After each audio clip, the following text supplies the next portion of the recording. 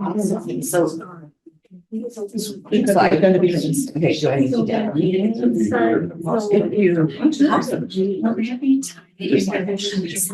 you stuff for the spring or not. Oh, you know what? I should probably. And then, yes, we ended up with a pretty. I realize that. So make sure. Moving. Okay. That's good. Okay. Okay,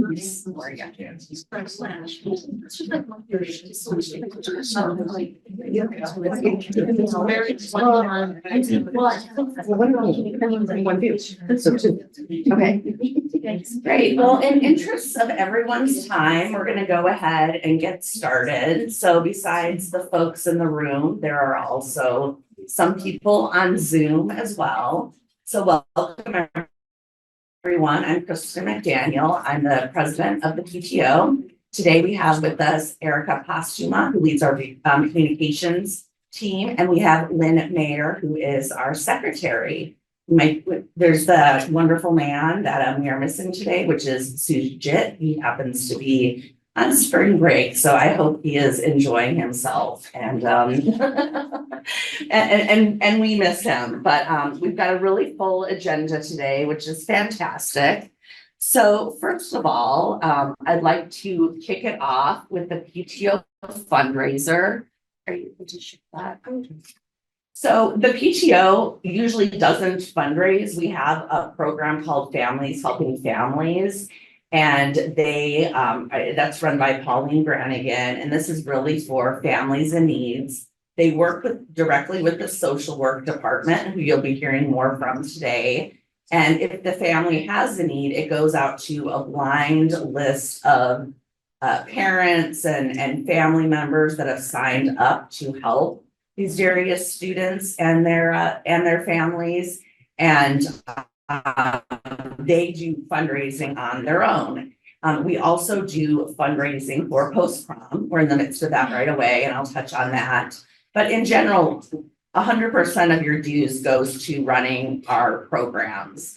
One of the issues is things are getting more expensive. As you probably know, when you go to the grocery store, that everything is rising, and our dues haven't really risen in line to make sure that we have the adequate coverage. So we are going to do a fundraiser this year, but it's something that is very fun. We're going to offer up to all of the teachers and staff as well. But we are going to be fundraising using license plates. So many of you have seen the signs around, bring your fire. I hope your kids have talked to you about it. If they haven't, I think that it would be a good question to pose to them.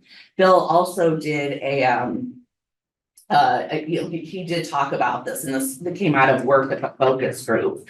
So I talked to Bill, and I'm like, hey, Boosters doesn't do license plates, and they're not using Bring Your Fire. So this is like a niche that we're not cannibalizing from any of our other groups, but just and thoughtful. But it is something that we do want to show in the community, like how proud we are, both of Hinsdale Central. And so these are perfect for parents who really want to replace their old auto license plate that they got from the dealership. This is great for kids who are driving but haven't, decided on a college maybe yet. So we are offering two different options at two different price points. There's one that's going to be a chrome plated one, and the designs are still under, this won't necessarily be the exact, but this is like the idea. More than happy to take any feedback on it, because I am not a designer and by any means, but there'll be a chrome version that will go for $30. And then there'll be a plastic version, and the plastic, I got a sample. It is like, it's super durable. It's not one of those just like cheap, flimsy ones. And those will be going for $15. So we're going to be kicking off the fundraiser today. We'll have this QR code up. It will go right to our homepage or one of our pages where you can pay online using PayPal. It'll also be going out in the weekly e-blast. So would love for everyone to show their I'm personally like not a fan of stickers on my car, so for me, this works like really, really well. But even if you are a fan of stickers, you know, there's always that, like NASCAR has found like every single way to brand every inch of cars and clothing. So we just encourage you, and all of the proceeds towards this will be going to some of our various programs like the Insight Collaboration, post prom, you know, if Families Helping Family needs anything towards our Red Devil scholarships. So again, everything will be reinvested into the parents, the students, and the staff. So super excited to get this underway. It'll close in April, shortly after spring break, and it only takes a few weeks to get the license plates back. We'll probably distribute them here at school, but there'll be more to come in terms of how distribution works. So very excited to announce that. Also, we have a number of committee reports today. As I mentioned, post prom is just around the corner, along with prom, of course. So prom is on the 13th of April. And for post prom, tickets are on sale now. You can find that both on, it's going out in the e-blast.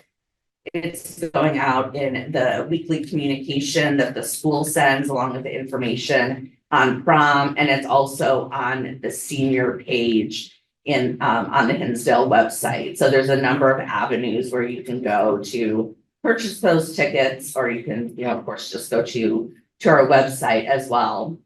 Besides the ticket, and it's a great time. I mean, the PTO started this years ago.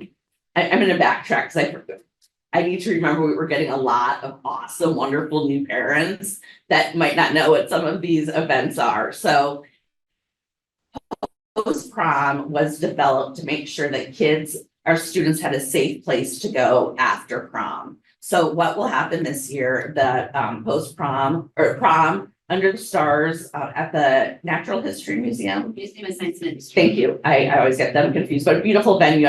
Been there for work.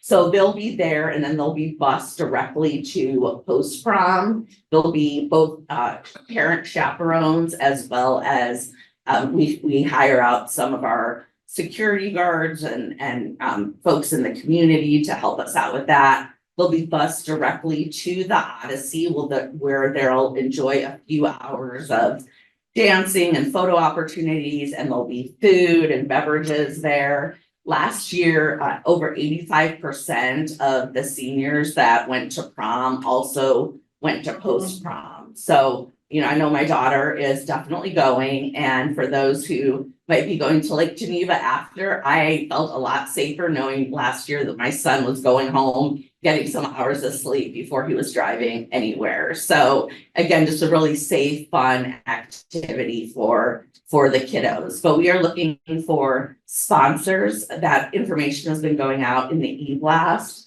So really any level, $100 will sponsor another student. We are seeing an increase this year of students who need help with the funds for both prom as well as post prom. And the fundraising that we're doing isn't just for this class. So this is really technically, this is actually for the class of 2025, because we need to turn around and put our deposit down. So you might be thinking, oh, well, I only have a freshman, I only have a sophomore. You know, we keep this money and do this throughout the year in order to pay for the event. So your child will be benefiting from any of the sponsorships that do incur. And then we also are looking for some additional chaperones. So if you're interested in checking it out, there's a sign up Genius link, and I would encourage you to sign up. Does anyone have any questions about post prom or prom? Because Sally's here and she's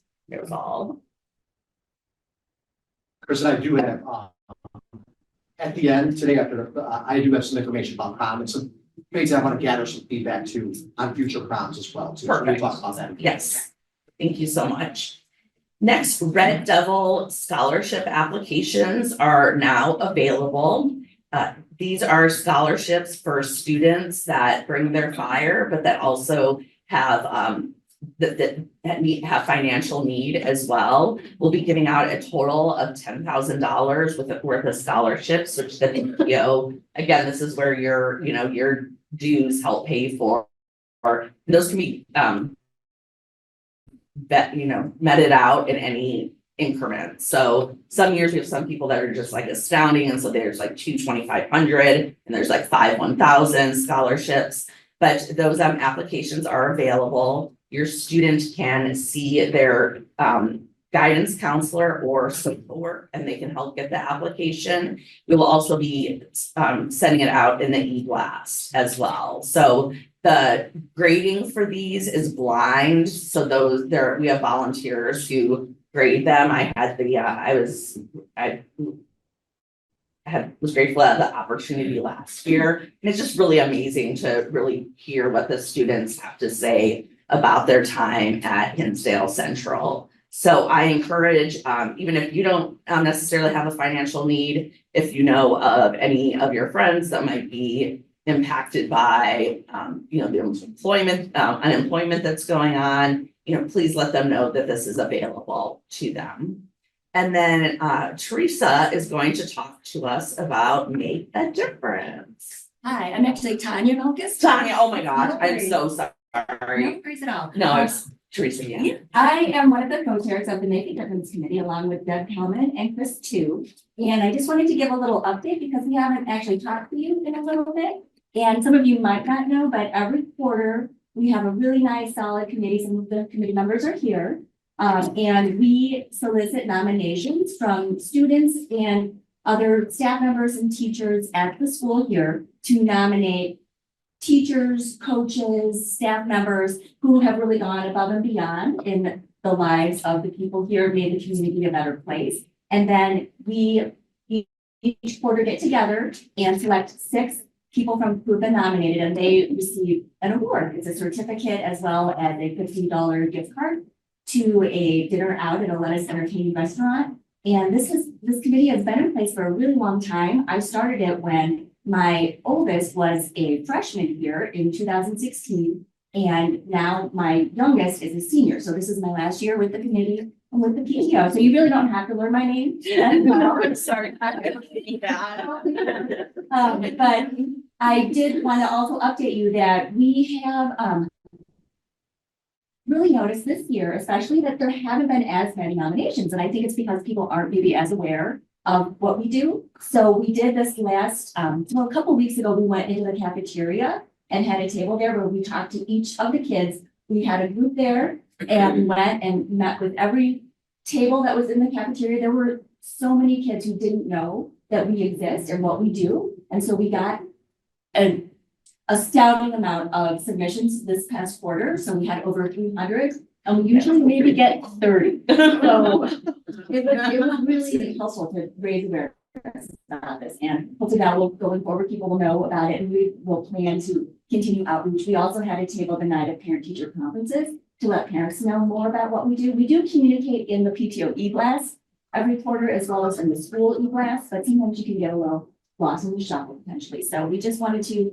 let you know that we're out there trying to spread the word. We are also glad to hear about this fundraiser and hopefully getting more donations for us too, because the award for the recipients who won has been the same since I've been here in 2016. And as was mentioned, the cost of things are going up. So I just wanted to let everybody know about what we've been up to. Any questions about what we do? All right, thanks. And you can nominate, your student can nominate, and it's also peer nominations, is that? Yes, so other teachers can nominate other people, other staff members, coaches, pretty much anyone who's really helping to make this place the place that it is, going above and beyond. And this is like a beloved program, again, something that's just run really seamlessly, almost behind the scenes. But whoever is awarded it is, it's a very special moment for them. So we are looking to, they've been getting, as Tanya mentioned, a gift card, a $50 gift card. We're increasing that to 100 because it is, no longer 2016. And so again, this is where your money will be going to to help with, really celebrate these, teachers and staff who truly do go above and beyond every day and aren't always, recognized in other ways. And Kathy is going to talk about staff appreciation and Friday. I should just call everyone like the wrong name today. Maybe that's fun. Hey, everybody, so I'm chair of the staff appreciation committee, which I absolutely think is the most fun committee in the PTO. I'm very biased, of course, but it truly is a lot of fun. We try to do a little something for the teachers and staff every single month. And so tomorrow we're doing a pie day because it's March 14th, so 3.14159 something. No, I'm sure. So we're celebrating Pi Day. You may have seen our sign up geniuses go out. We're asking for donations for pies, and I think we're okay at this point. So we have about 350 staff members. So I asked for 50 pies. So you can imagine, the manpower, woman power that goes into staffing some of these events. Last, and I'm sorry I didn't let you guys know about this, but for February, we did a retro candy bar. So candy from like 1970s and 80s, which is all available on Amazon. Just a fun thing to do for Valentine's Day. And then in April, and you'll probably see this coming around again, this last year, it was asking parents again to donate gift cards. And then hopefully, I think last year they got about 75 gift cards, all different, like restaurants, gas, car wash. And we pick a staff member's name, and then they get to come down whatever gift card they would like. So that'll be for April. And then May, we're still talking about that. But, if you ever have any questions, or I try to make it a very easy committee. You don't necessarily have to be a part of the committee to volunteer or to help out, because I know parents, especially in high school, have jobs, other children, other responsibilities. So it's just like a free flowing thing. You can volunteer 1 month, not another month. So whatever works with your schedule. But if you ever have any questions, you can always ask me. And we go from there. Thank you so much for everything that you do. It's so fun. It is definitely appreciated by the teachers. I'm always getting compliments. I'm like, I had nothing to do with it, but thank you very much. And for all of these committees are available on our website under Get Involved. So start thinking about what sounds interesting to you, because the end of the year is coming up. We're having even more families, starting to roll off. So we really need some fresh blood to keep not only the programs going, but also help us, continue to optimize the programs to meet the needs of our students and our teachers and our families today. So one thing that we're going to be doing, and we started this just the last time around, is a committee highlight. Again, this has to do with education, and the two that we're talking about today aligns very well with mental health. So I'm going to turn it over to Alyssa to talk about the parent list, which is just an awesome resource. Are you able to get on the website so we could show it up there? Just go to your PTO website and there's. Oh, sorry. It's okay. That's okay. I'll see what I can do. Yeah, I have a little something. Raise your hand if you're familiar with the parent list. Oh, I'm glad to see that. Okay, so I'm Elisa Nasana, and I'm the co-chair of the Parent List Committee with Tara here, who's currently in New Zealand. So she started the Parent List almost 10 years ago, and it's an Angie's List style resource. So it's parent reviews of providers that are either mental health, educational support, medical, that have all seen that provider and are giving a positive review. You can go on the internet and find both positive and negative reviews, and you can call your insurance and try and get referrals, but it's nice if you know if a local parent in the community has had a positive experience with a particular provider. So, it's basically a list where you go on and you can scroll through it. We have it all broken down between categories, so if your child's experiencing anxiety or if your child is struggling with inattention, you can see within a category providers for that particular issue or challenge. And then you're also able to leave an anonymous review. And we're always looking for new reviews because we have to keep the list sort of up to date. So we remove providers who've not had a new review after 3 years of being on our list. So it's something to leave a review. We always appreciate when people take the time to do that. It takes less than 5 minutes if you have a positive experience with a provider that you'd like to add to the list. And the resource resides on the PTO website. So that's where you can find it. And then we also send out an e-blast, PTO e-blast, and the school e-blast every once in a while, just to remind folks of that resource. And if you do leave a review, you are asked to put a password in, so you email our committee, it just comes to us, it's anonymous, we just give you the password. It's just, we've had situations in the past where we need the password posted that we have providers trying to review themselves. So it's just easier if we have it password protected. So It's on the screen share, but it's not here. oh, But okay, it is that's on all right. Zoom. It's on Yeah. Zoom. Okay, it's on the Zoom. Well, everybody who's on Zoom can see it. So like I said, it's available on the PTO website. And then also I see the last meeting of the school year is around college. So I also brought another community, I'm on, community speaker series. If anybody's familiar with that, it's parent education and well-being topics we do 3 times a year. And we have one on college admissions by Jeff Lingo at April. He's So those amazing. Flyers are back there. You've seen them before. I read his book, so, Okay. if you wanna read his book before you go see him, it's called Who Gets In and Why.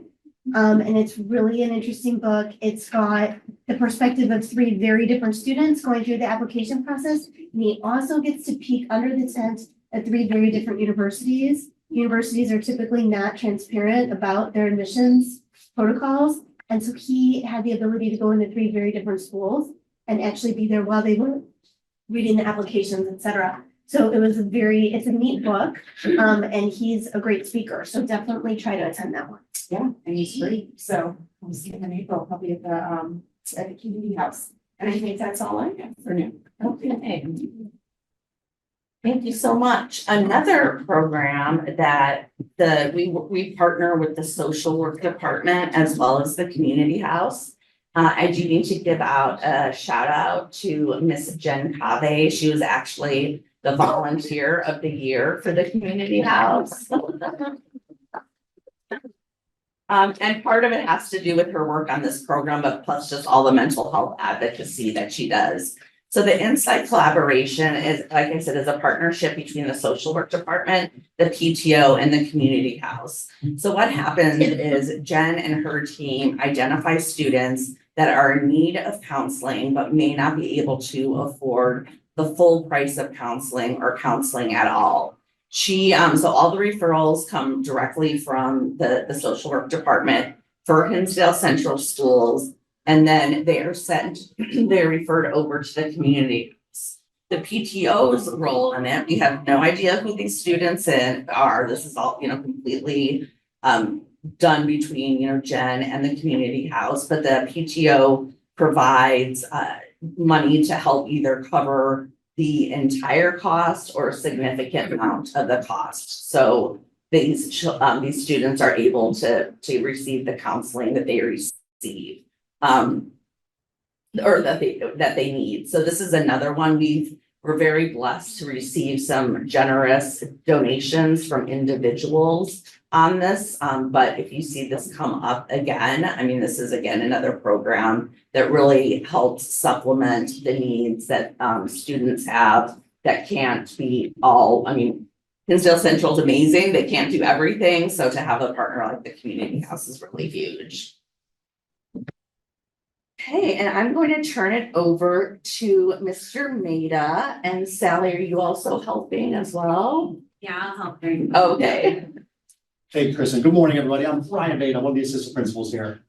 Principal Walsh could not be with us today So I'm stepping in to really kind of take over the principal report. I have some informational things I wanted to go through, and then I did want to gather some feedback on prom for future years at the end. That's why Sally kind of joined me as she oversees a lot of that. So I did want to echo what was said about the Make a Difference Committee. And I think that Bill had that on the top of this list. So Tanya, thank you for your leadership throughout the committee while you've been here. We really appreciate it. It is such a special event for our staff. They truly appreciate getting those awards, being recognized, and the way it's done as well. I don't know if people are unfamiliar with it, is they don't know what's coming. So they will come through, the Make a Difference Committee comes through. They usually pull Bill in if he's here. Sometimes I've been with them and some other staff members to go and they go into that staff member's classroom and and recognize that staff member right in front of the class in real time without them knowing what's coming. So it's just a special moment for that staff member with all the students around too. You get their picture taken, the display's right out here. When you leave, you can see it right by the main office here with all their pictures with the Make a Difference Committee.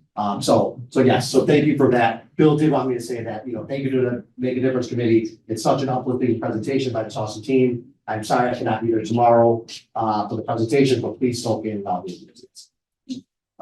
Okay. Then I wanted to say congratulations to all of our students that competed during this winter season in extracurriculars and all their sports and clubs. The winter season just wrapped up. We're starting to kick off spring season now. But and again, a special shout out to the student athletes and student performers that were recognized during the winter season for their state performances. This included the music all-state selections, our forensics teams, our boys swimming and dive team. We had a gymnast compete for state, and then for our wrestling too. Okay, so thank you to all of them. The time and commitment they put in is greatly appreciated. Wanted to give an informational update on our 5 essential parent survey. So you've probably received some communications from the district, from me, about the parent 5 essential survey. I'm asking again if parents could go in and fill that out. We are currently at 4% parent participation and completion. We need to get to 20% in order to have that reflected for us to receive the data and that feedback and for it to be reflected on the school report card. So takes a few minutes to do. I understand there's a lot of survey fatigue, but so that plays a big part of it. But if you have a few minutes to lend to that, it is greatly appreciated. And we really do use that feedback, Bill, myself, some of our leadership team, to go through that, just see what the feedback is and how we could, change some operations for them.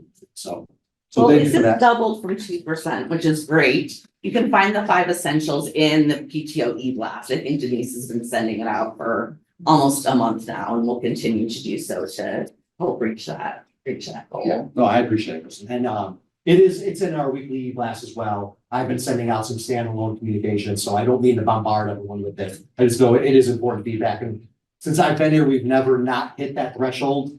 It does usually come down to the wire, so I'm hoping that's the same. The survey closes March 29th, and it is during spring break, so hopefully we can get ahead of it, since I know during spring break, people don't want to be within 5 essentials. So, okay, so thank you for that.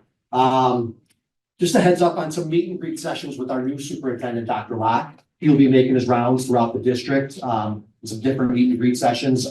At Hinsdale Central, it'll be April 3rd, where he's going to meet with students during all lunch periods. He will be posted up in our student commons, a nice open area for students to come and meet him, talk to him, ask questions, really just to get to see his face. It'll be for staff that same day, April 3rd, from 3 to 5. That's an early release Wednesday. So staff will have the opportunity to meet with them from 3 to 5. And then he'll be here for community and most likely in this room at 5 o'clock on April 3rd. So if you wanted to come by and meet Dr. Locke, that's a good opportunity for you.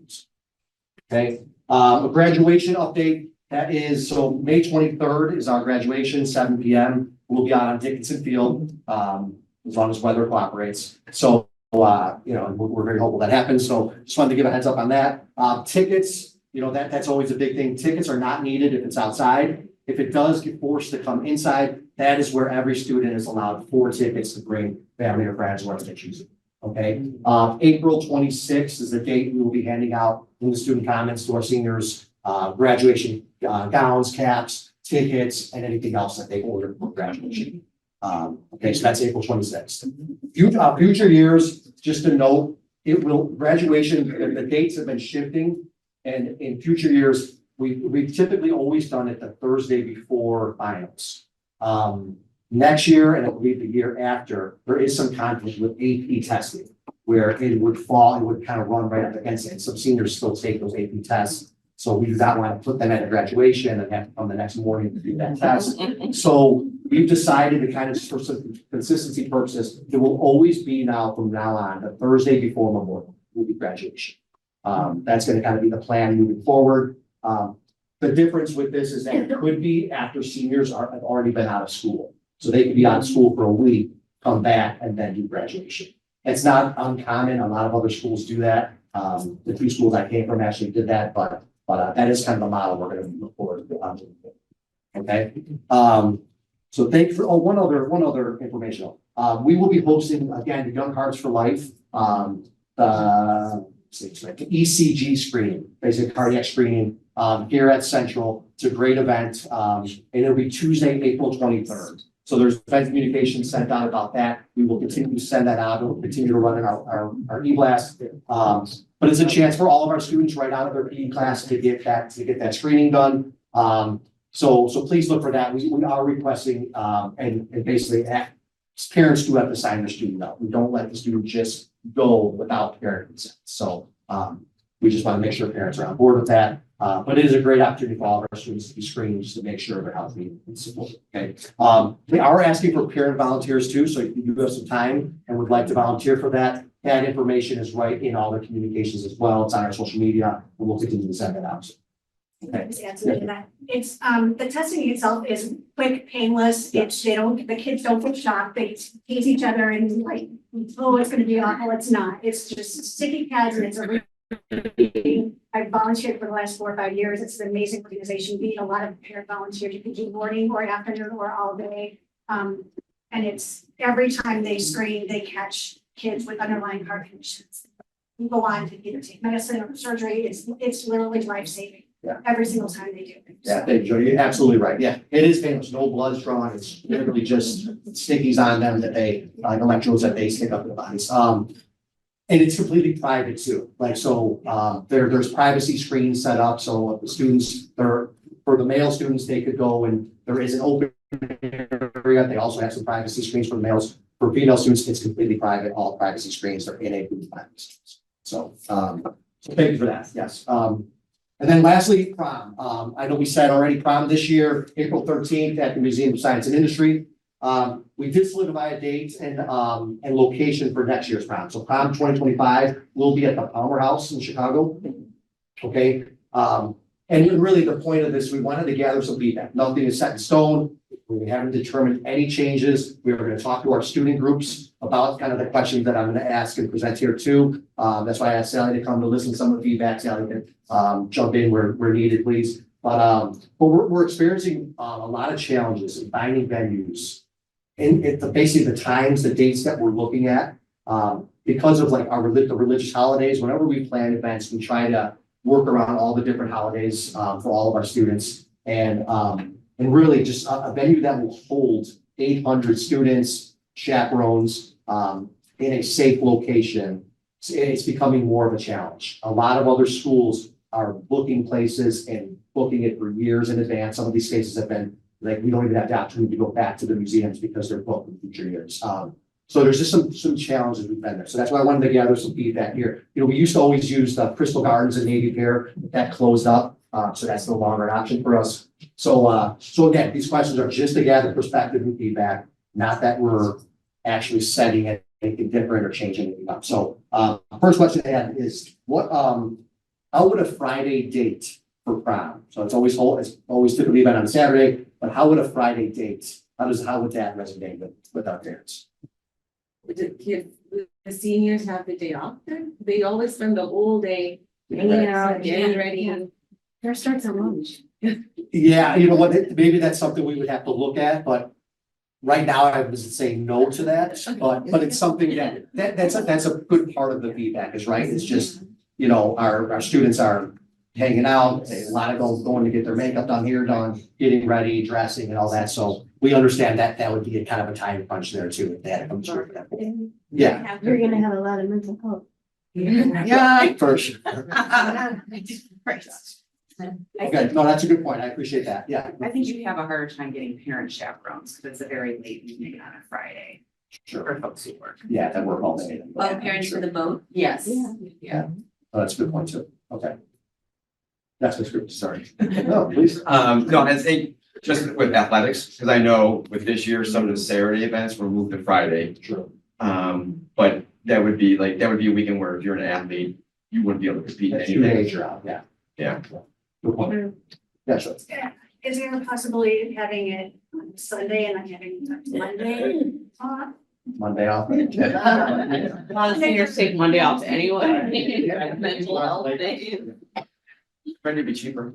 Well, and then even on a It Friday. went on a Friday. Yeah. Oh, Friday. A lot of schools do Friday and there's several districts that do a Friday where some have school and it's a lot of mental health probably, or somehow they've worked out a half day maybe for seniors or something like that too.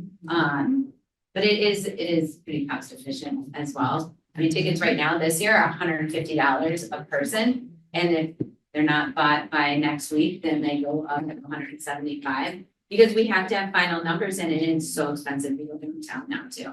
So it would make a difference price wise too, either a Friday or Sunday, but Friday. but then we also have school. Yeah. So and that's why we're here, so. Yeah, and you need the AP schedule too, in case you were doing that later and Sure. it's already. The kids didn't have to choose between prom and, AP, right? Absolutely. I'm a boy mom, I don't care, it doesn't matter, he used to throw stuff on and so Fridays are my days. Okay, thank you for that. Again, we're noting all these things. How does Saturday, the day before Easter sound? It could potentially be around spring break then. Also. Not necessarily. Well, like Yeah, Easter, that's just kind of Easter's plan. late next year, so Easter's a lot later, but I think it's Easter and Greek Easter the same week in next year. So if that's like just thoughts with that, when it's not with spring break, we just need general thoughts because that is a date we can get as well to keep locations consistent. And what we can do also is I can send out a Google form with all of these questions, to ensure that we're like, Absolutely. hitting Yeah. those that are going to be impacted Yeah, next year, with it as well, to get some more diverse opinions. yeah, and like I said, we're gonna hit our students. And this doesn't hit us next year, like we fixed next year, we're May 3rd next year, so that's, I mean. So that's We're Dana. not a Friday, we're not a Sunday, we're not with Easter next year. Okay. We thought we were going to be, and we ended up scrambling and finding a different location, but we have to book a couple years out, so that's why we're having this. I don't know. Or about bring that. it. I haven't had a child go through prom yet. This will be my first prom, but I do also host Easter. Sure. So the thought about my whole Saturday would be taken up with making sure like hair was done, Mhm. photos, I'm not setting the table, getting stuff ready, you know what I mean? That could be hard on parents. The kids won't like it because they can't go away, but like the parents love it. Yeah, then, they're a little safer too, I know, like I was honestly, thinking like, that. I'm like, Yeah. I don't know, my kid's not going away, but Right. like, I mean, I have a senior this year too, so Yeah. I get that too, I yeah. mean, That's, you'll get that grumbling, but I Sure. wonder, like, as the other parents that are hosting, that's. Right. You have to get your act together. a lot of church. Yeah. Yeah, that's, Yeah. Some, that would be very hard. Yeah. Tuck's return has to happen on Easter Sunday. oh, Was what? Tuck's return has to happen on Easter Sunday. Well, who knows with the time, I mean, Chuck's companies might not be open, and you have to do it on Monday maybe, or, right. yeah. I don't know, yeah. These are all things Yeah, it's all things. that go along with it too, yeah, I get it. Okay, how about a venue in DuPage rather than downtown Chicago? Yeah. A good idea. Yes.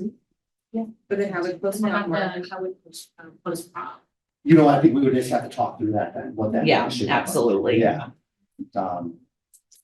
Having chaperones back in 2015, we were in the crystal halls or the crystal ballroom and walking them right to the boat Sure, was wonderful. so much easier. Oh, that whole thing was easier, trust me, it just only holds 250 people now, so we don't fit, Oh, so. I will say, I have two seniors, we're no twins. There is a lot of talk about post prom. They are more worried about post prom than prom. Than the actual prom. Are they Some more worried kids- about post prom the boat, or are they more worried about their lake houses? Like, yeah. And large groups are not planning to go to the boat this year, from what I'm hearing. Is that right? Okay. I may force my kids to go to the boat and then make them come home and sleep and meet their friends. I'm not sure. Kids are planning on getting back from prom and getting in cars and driving to lake houses. That Yeah, night. that's so dangerous. That's why And it's we like- encourage all of our And I've heard seniors. from Parents who have had their kids go to prom, by the time they get home, they're falling asleep in the bus on the way home. You know, for the girls who are doing makeup and hair and everything that morning, it's a 12, 13-hour day. And by the time they get back, they're done. Since implementing the vote, the number of incidents in Hinsdale has gone down significantly. That terrifies me to know that kids are gonna be like on the road like after. Yeah, it's not gonna be in Hinsdale as a problem, it's gonna be elsewhere, because the mission is, and parents are willing to. Well, it means if Rent lake houses incidents right with now. the students. Yeah. Okay, it's not, it does not mean incidents in Right. Hinsdale. Yeah, so I don't know, at least that's what I'm hearing. There's a bigger focus on lake houses than any of it. Those are the rumblings that I hear right now too, and it just like, it's terrifying to me, like Right. just what can happen that night and then just the rest of that weekend too. And that's the beauty of that boat and post prom and what you guys do to make sure to put on a safe evening, then at least they go home after that, maybe at 3 and just spend a day at a lake house, hopefully just that, so they can come to school. I think the the other next thing day. is, stressing that the Odyssey is a covered boat. Some kids are worried that they're gonna be cold and freezing on April 13th Mhm. after midnight out on Lake Michigan. And so I had my kids Google the Odyssey, Google everything else. So I said, hey, you check it out. And they're like, oh, this looks really cool. This could be really fun. So maybe selling the boat Mhm. and photos and just a little bit more information. I think they're afraid they're gonna be on an architectural boat tour and freezing right now. So That's good to know. So how it's not positioned if you run any of the information, but we will take note and we will Have make it. anything from, like, none of our staff goes, so I don't. I've been on it for like bridal showers and baby Yeah. showers and stuff in the past. It's beautiful. They do an excellent job. Yeah. It's very, Kids who go very have a great time. yeah, it's very So, We do prom. They're on the Odyssey, they have the entire boat, it's only to. Yeah, they have a DJ and lots of. They have karaoke, everything. So if you did it in Duquesne, would you still do the Odyssey? Because if we did, you have more kids going to lake houses. Yeah, that would be my worry about. Like if we did it here, you're saying they wouldn't be on the boat, so then they'd go out. Well, I'm Because they're hoping that we already could figure out another post-prom room situation that we could do. Something some that kind of pique their event. interest in, right? Correct. Something they want. You can still Correct. blossom downtown. Yeah, That's what we. How many people does Odyssey hold? Could you just have prom on the Odyssey and then let it also sail around? I don't think I don't know. I mean, I could find out that, I mean, like I said, we did, we were able to hold, 85% of whoever went to prom. I had last my wedding year. on Odyssey. The first level holds 350, the second level 200. You remember that from your wedding? It's 30 years ago in September. Yeah. It's like the top, which not a lot of kids, some of the guys go out and smoke cigars and stuff. It's kind of cool. There's 50 on the top level. That did not happen at the high school. It would be tight. There's no vaping. Split up, so. maybe Yeah. for the- It would, Just throwing I it out. do know there are some smaller schools that do theirs on there, but ours is, I mean, we're a pretty big prom, so that's the trouble with the venue. So we really tried to book MSI for the next I want it for the next 6 years, just so we have a set thing. And then a couple of weekends have bumped with holidays, and so we're trying to get off those, and that's why we're at the Palmer House next year. One of the creative solutions was like trying to do it on a Friday, to see that as well, so just trying to be. I think it gives us some more flexibility Yeah. to talk about if we feel majority of people are okay with a page venue as well. It gives us more options to look at as well. Yeah, and I just would encourage if your students are saying that, I mean, it terrifies me to hear that kids are actually considering or parents are allowing their kids to drive up to Lake Geneva after post prom. I mean, that's just so dangerous. So Or even if after they, prom, like, and not go. yeah, and not go Yeah. home. So I mean, post prom is an option if they don't want to do post prom, please have them sleep before they go to the lake house. That I would hate for anything to happen. So the fact that people are talking that way is really pretty frightening. That many people have lake houses. You rent them as well, or like my son went with 13 guys. They literally stayed in the lake house the whole time and played cards. Like that's not everyone's experience, but yeah, I mean, it's always kind of a thing. I mean, it's done, you know, every year. Some people do other things that there's no, I mean, that's obviously not a Kinsdale supported or encouraged event, but I don't know. I would just be, as a parent, I would, you know, just be careful with the language of, you know, encouraging that. I'm getting the vibe because I'm asking, so whose parent is renting the house? Well, we don't know yet, okay? And then kids are asking their aunts and uncles to do it for them. So it's just interesting. There's no real set plan for a lot of the groups yet, but they're trying to button it up before spring break.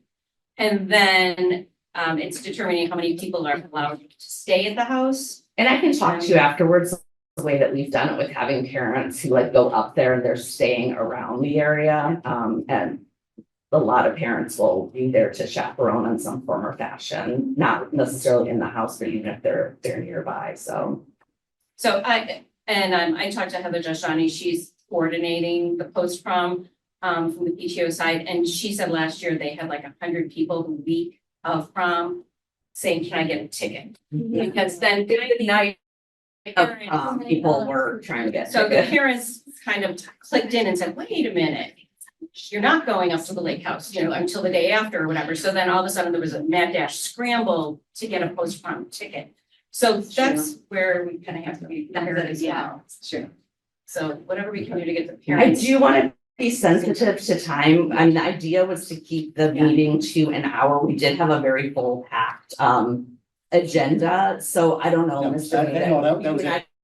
That was it. Okay. Yeah, no, I appreciate all the feedback. Thank you so Yeah, much. thank you. Thanks for everything the PTO does. We If you appreciate have it. other ideas. Yeah, no, well, Sally, we can work in again, like we can send something out to Yeah, that'd be gather great. feedback. So, I mean, I hate to cut you all off. because we No. appreciate you being here. But I do want to introduce our social work department. We have Jen Cave again, volunteer of the year for the community house, Mr. Jim Libris, and is. Actually, Joanna Barker is here. Oh, Joanna, okay. Hey. Are we going? Just me. Are you sure? Okay. Do you have,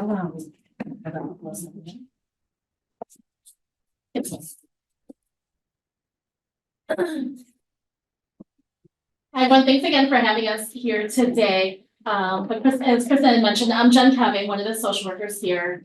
I'm Hannah Brockner. I'm one of the school psychologists here. I'm Jim Cooper, social worker. And every year, PTO, and it's great. Thank you for always having us here every year. But what is nice is that we wanted to actually take this time to actually talk about who we are, how to access social work psychology, that support the building, because a lot of the times too, our building, our students, parents, they don't know how to access our services. And so this gives us a great time to not only talk about that and just some of the questions. I know they were able to send out like just a questionnaire to ask like what are some things that you guys are wanting to know, what are some of the supports in the building. So we do have a few questions on that, and then just any questions that you might have.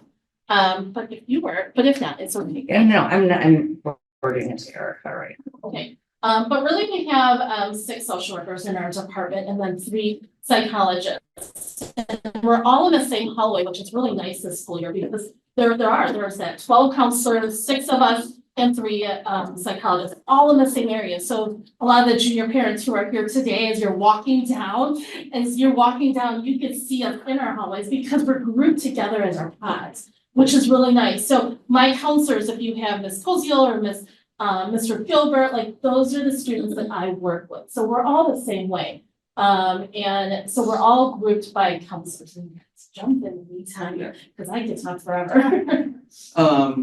Properties, and I'm not sure, if when parents are looking for a social worker or they're looking for support for their son or daughter, like if they've gone to the website or probably, I would say the easiest thing to do is everyone knows who their guidance counselor is. Just shoot an email to your guidance counselor and then your guidance counselor will, let you know who the social worker is. I know, again, trying to navigate something or trying to figure that out. Or you can just call the guidance department, super supportive in regards to, connecting, to you, to one of those social workers. Also, the one thing that is awesome is, like Jen was saying, we all collaborate as a team. So everyone takes their expertise and works together with it. I mean, guidance counselors are doing everything from academics to, oh, how's your day going? And social workers and psychs. And so it's an awesome way of kind of, I think, supporting the students here.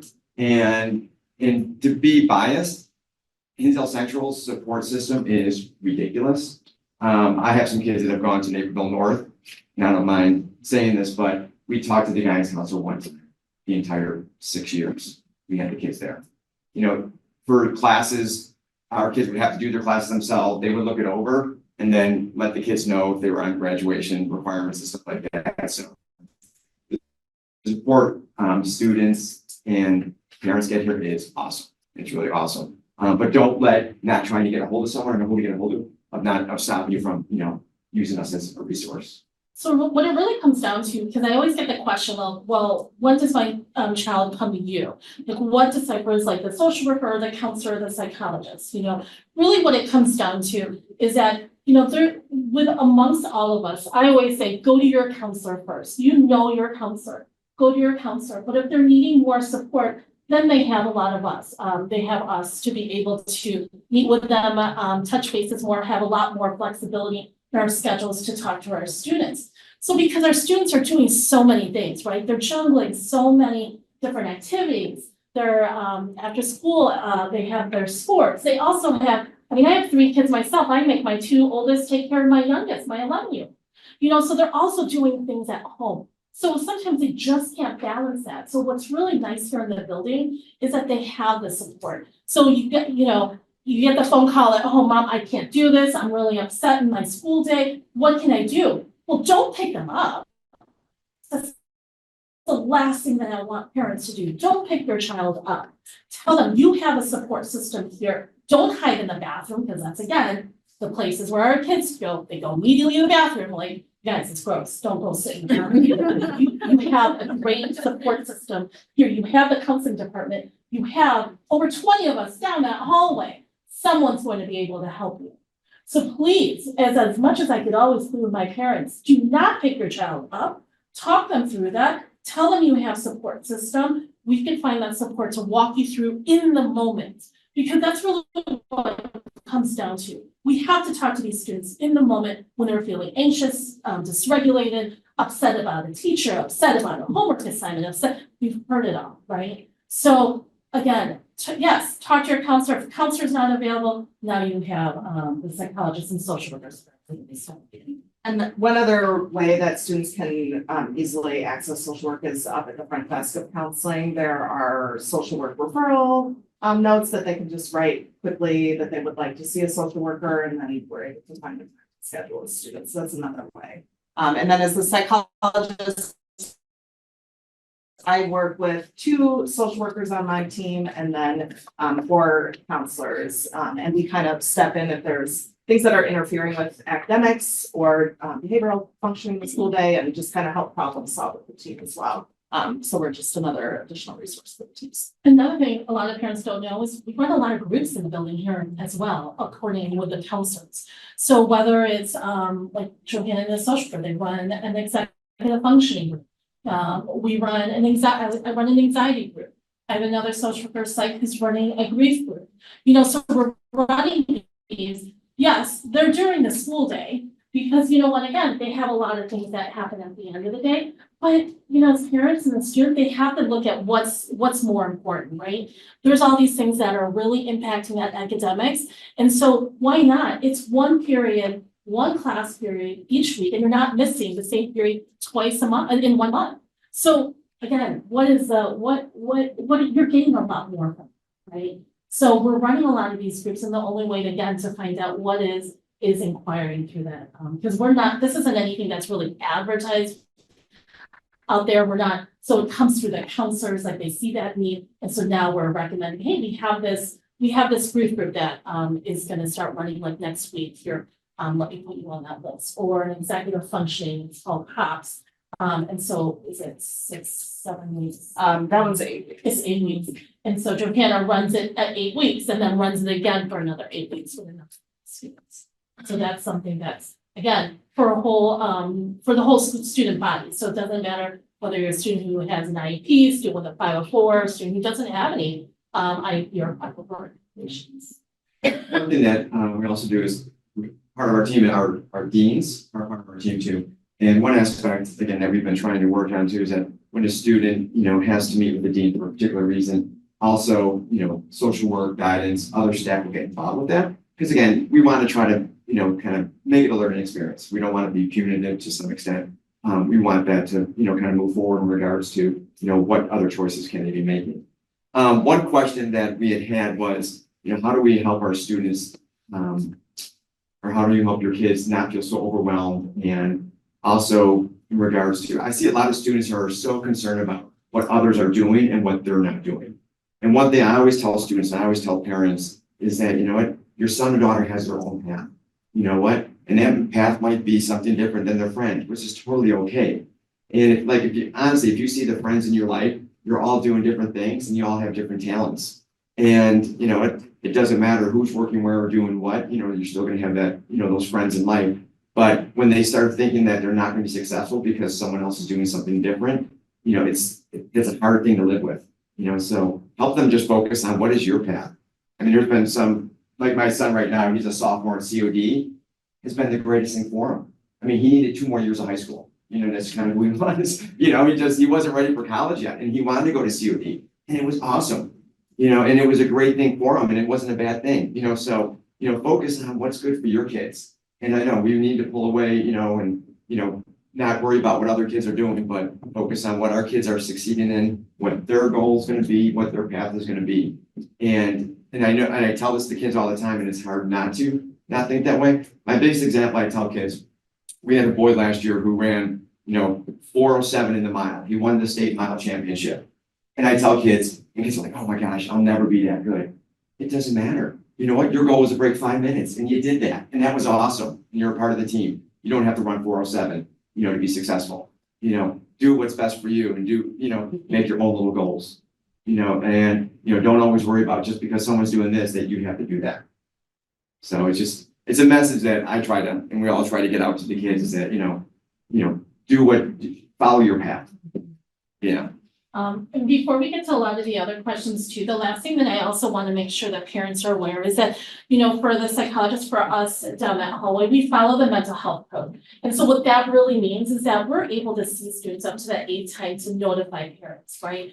And so that is how we build that trust with our students. So we could pull a student, we could see a student, we don't have to ask that permission or have to, because we want to just really build up that relationship with the student. However, right, there's always those spots and everything. But of course, if there's those 3 hurts we always talk about, we are always direct with our students. If we hear those 3 things, harm yourself, harm others, or someone's harming you, of course, we have to tell somebody.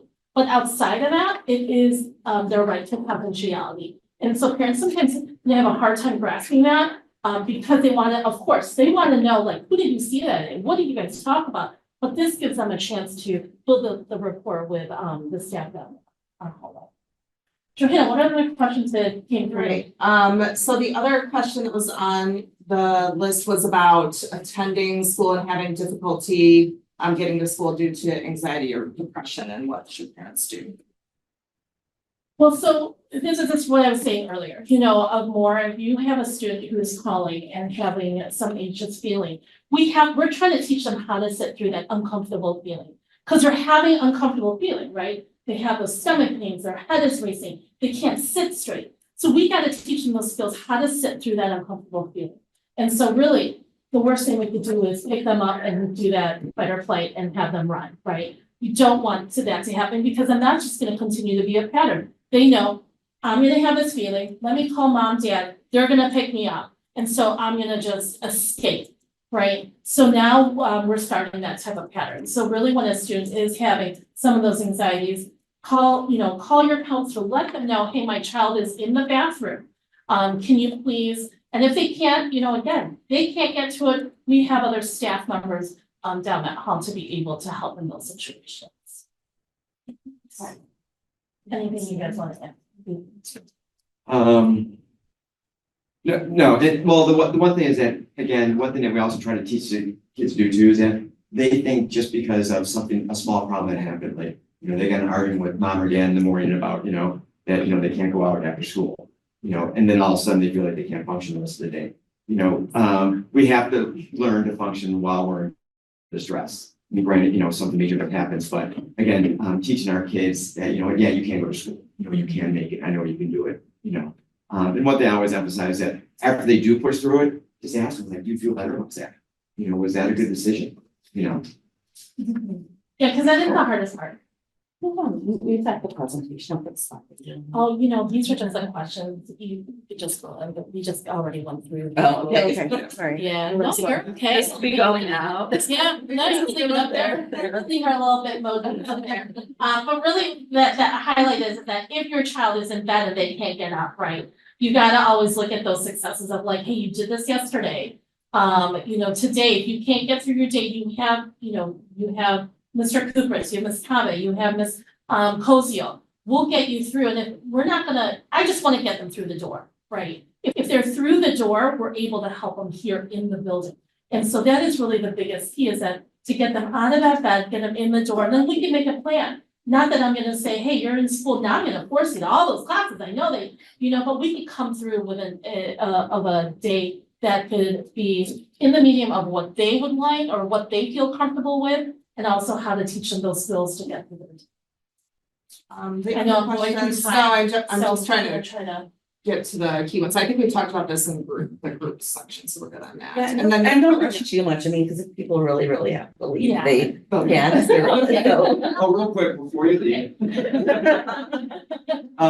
So during, County Institute Day, when the kids were at home, we go to different places. A group of us from our foundations program, so our foundation program works with our students who are in the autism spectrum, Down syndrome, intellectual disability. We went to Misericordia. And I've always seen, I've never went in there and saw their programs. It's like the Disney World for adults with disabilities. It's ridiculous. So we scheduled, they have their bakery truck here. So they have 2 full-time bakers, and the residents that live there work in their bakery shop, and it is ridiculous. It is amazing. So when you're leaving, if you wanna grab a brownie or cookies and stuff, it's awesome, but it's a great organization, and we actually learned a lot from them. Kind of applied it here in school, but yeah, they're parked out there today, so. And you can also go on their website and they will deliver, Yeah. so it's pretty good. They do parties and everything. It's awesome. Yeah, and if you ever want to volunteer with your family, call them up. It's awesome. It's a great place. What's their truck there for? They're all there. Paul. Okay, like everyone, I'm like, sorry, guys. Peace. Don't go running out. Turning back to Mr. Maida. 2 of the questions, and I think you can kind of combine these together, are related to, one was about peer mentors and just guidance on how to find balance. And then one of the questions was about incorporating relationship ed into the curriculum. So our PE department here is amazing and does a lot of work in both of these areas. I know, Mr. Cooper, you've worked with the Link crew. Yeah, so Link Crew, what it does, it's a group of sophomores, juniors, and seniors, and they work with the freshmen throughout the first semester in the PE classes, and just working on everything from, how do you study for a test to, going to the homecoming dance and stuff like that. So it's and then there's a Link leader that works with like 8 freshmen that they have, and they're kind of like their mentor in the school year. And then in terms of the relationship ed, within the health classes, that is a built-in unit, as part of how I'm talking about healthy relationships. And then in addition, there's also, I think it's in the group exercise, class that they're doing a self-defense curriculum as well. But the healthy relationship piece is covered.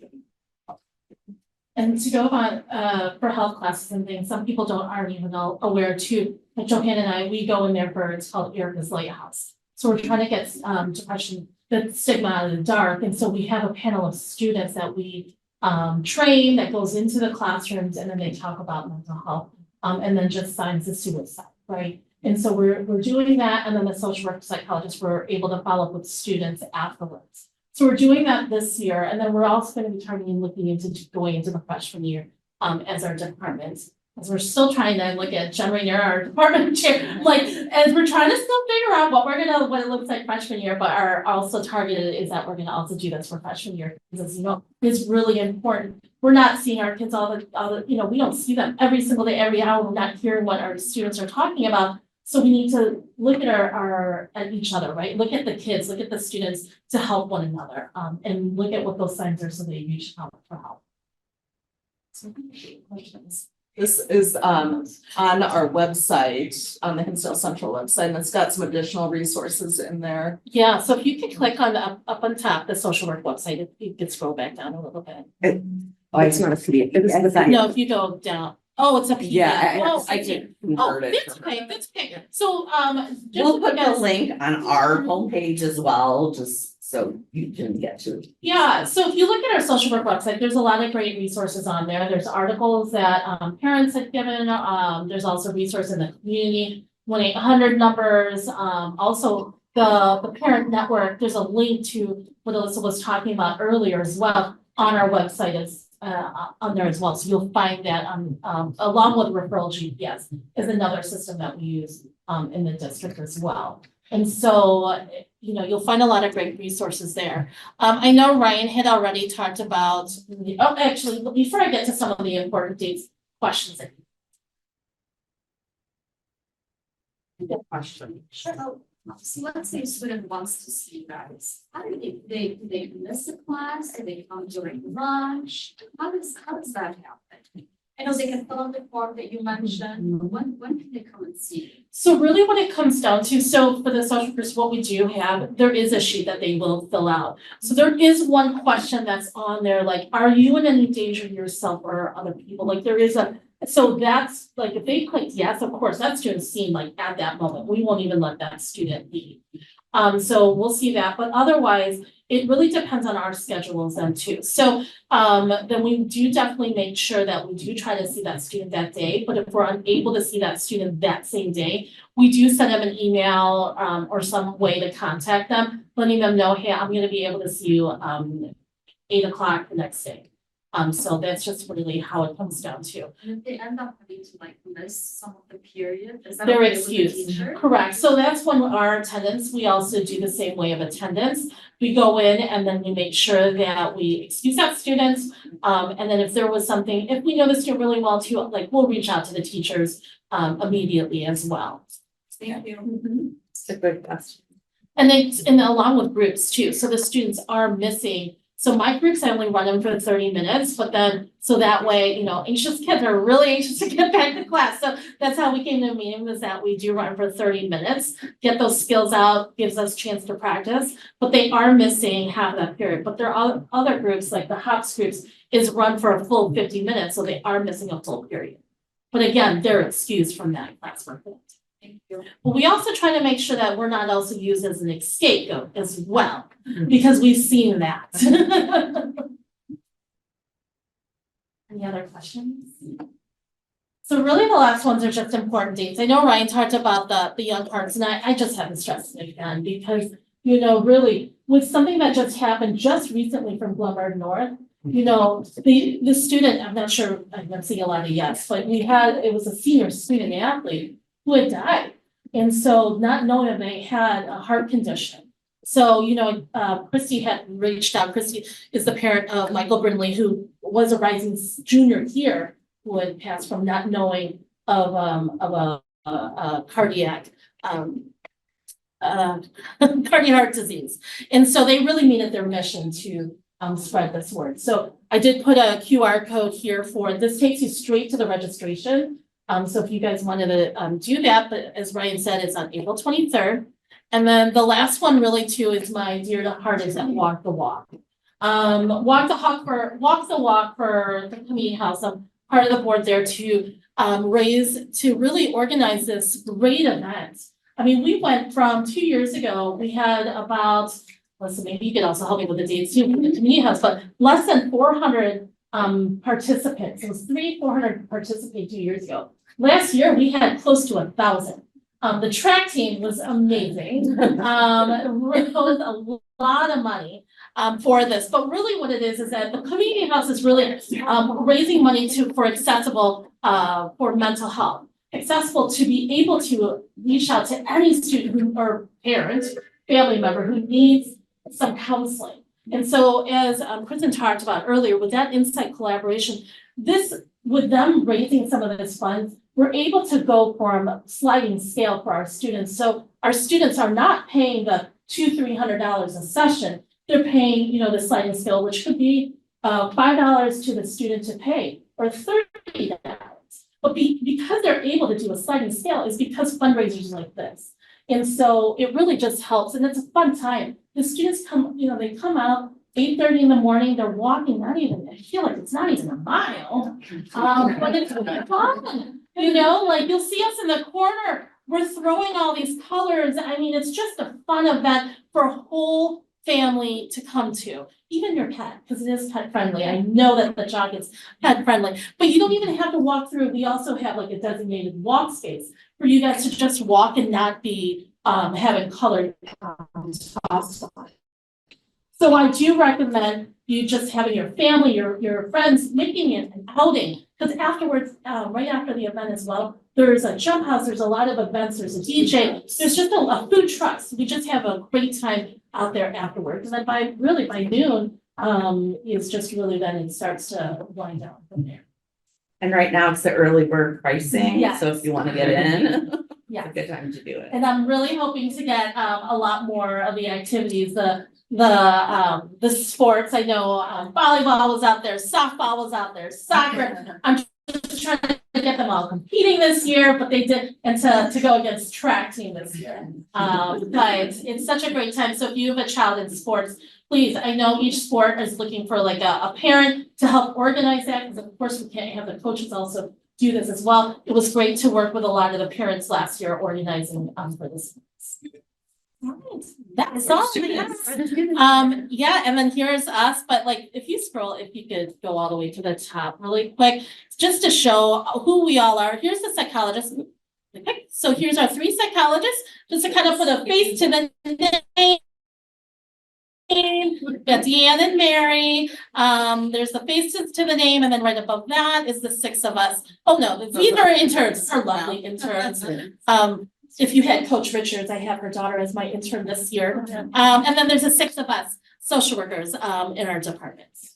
So you can see like who's attached to each social workers. And this presentation will also go out in the e-blast along with the link, so anything presented today. All right. Thank you. Thank you. Thanks again for having us. And you guys, I just really have to say thank you for I mean, I'm also doing all the families, helping families with Jim Cooper's. I just have to put a little shout out for Paul. I know I don't see Pauline here. But there's a lot of people on that committee. And I just have to put a shout out to that, because we work with a lot of families that are in crisis. We work with students who are homeless. We work with just students who just in that moment just don't have maybe even toilet paper in their house, doesn't have the money to be able to pay for a bill, and their electric was about to turn off. So we really are very grateful for all of you guys in the PTO who are donating to the families, helping families, because we're working with quite a lot of need of our families who are just need that extra support to get through. So I know Cooper's and I. Yeah, and they're also putting money towards, because we have some students that for prom, that they can afford tux, or, you know, they get their hair done or other expenses stuff like that. So, and also paying for some of the tickets and stuff like that. So it's awesome. We're super lucky to have it. So if you do want to do a donation to families helping families, that can be done on the website. And if you want to have it specifically go to the increase in prom that's occurring, you can designate it as prom. And if you're buying a post-prom ticket, there's an ability to also add money on. But if you want to help with the kids with the tuxes and dresses and hair and makeup, it'd be appreciated. Being part of that committee, because it's just great whenever I reach out, like, hey, I got a student who needs just some belts. Like I had a student just didn't have belt. Like, they're like, oh my God, I'm gonna run it over to you. So it's just great that we have such a great parent network that is able just to do that for our families. So, thank you. Thank you so much. Any questions before we adjourn?